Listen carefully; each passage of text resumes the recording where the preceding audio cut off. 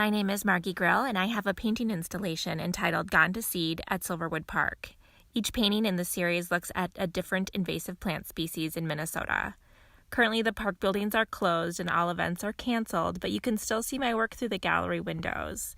And instead of a gallery conversation, I will be talking to you about a few of my works here and sharing some of the images that document my art making process. The first painting I'm going to talk about is called Garlic Mustard. It is oil on board and the dimensions are 10 inches by 26 inches long. Garlic mustard is an invasive species I saw firsthand at Silverwood Park with Missy Anderson, the invasive species coordinator.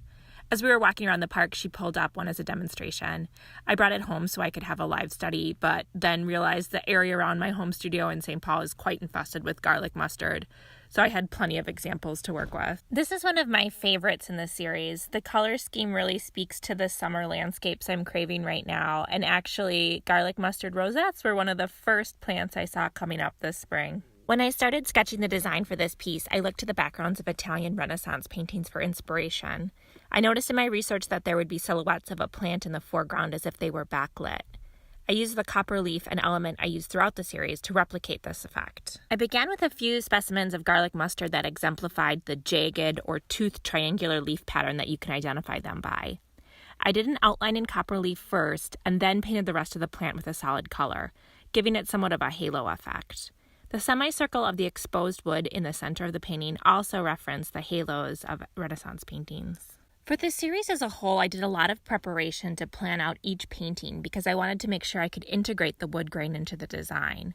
My intention was for the work to look as if it had been painted directly on the walls of the gallery, the goal being to show how commonplace a lot of these invasive species have become. After I've constructed the panel for the painting, I come up with a design and then transfer it to the wood.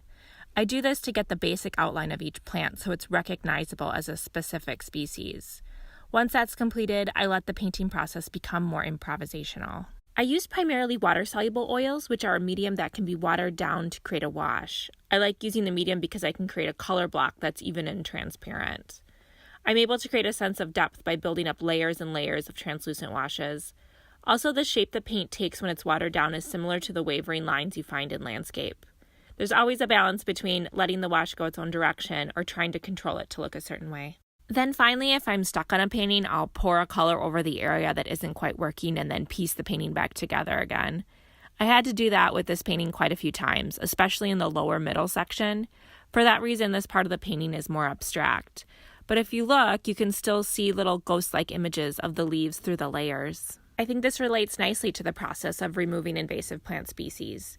Garlic mustard especially takes several years of work and monitoring to effectively manage it. Then, after all that, you still might see a couple of leaves sprouting up in the spring.